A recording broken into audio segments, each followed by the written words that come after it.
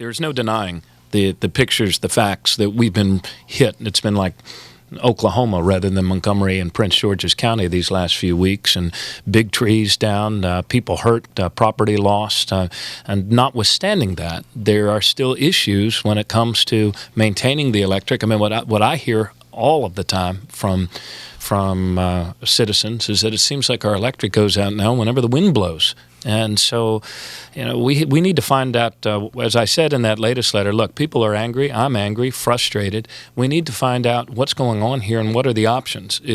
I refuse to believe that it is all related to the weather. I mean, the weather does not blow, the wind does not blow 7 times as hard and create 7 times as many outages here as it does in the BG catchment area. And we need some options. I mean, is Pepco making the investments necessary in order to maintain their infrastructure and these substations and the other things? Have they? I know that they had a request for an increase in line charges. I mean, what are the options here? Let's be honest with people and talk about what the options are to create more reliable electric, because for a couple additional cents a month versus having to throw out your entire refrigerator of food every month, those are the trade-offs involved here. I was listening to the thing about BG&E versus Pepco as far as power outages, and I find myself, it's really hard for me to say this, but because I was totally against it in the beginning, but BG&E did a very, very intensive tree removal program on their power lines. And to be quite honest with you, even though it hurts me to see the trees cut down, I think it did a tremendous job of cutting the power outages.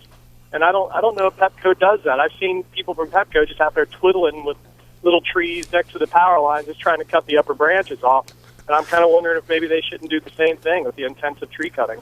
Your use of the word twiddling betrays your sentiments, Chris, but nevertheless, I suspect that Governor O'Malley is hoping that an investigation will throw light on that. Well, yesterday, in fact, Ike Leggett, I was on the phone, as I have been several times over these last few weeks, with County Executive Ike Leggett, and he had the leadership of Pepco in talking about sort of a 3-pronged approach to the reliability. And one piece of that is the preventive maintenance and around the trees and the trimming of the trees. I think there are probably very few areas of the country where people guard their trees and take pride in their trees quite so much as they do in the Washington area. But I think Chris is right, and Ike Leggett and the Pepco people are all looking at that as a potentially large component of this reliability issue.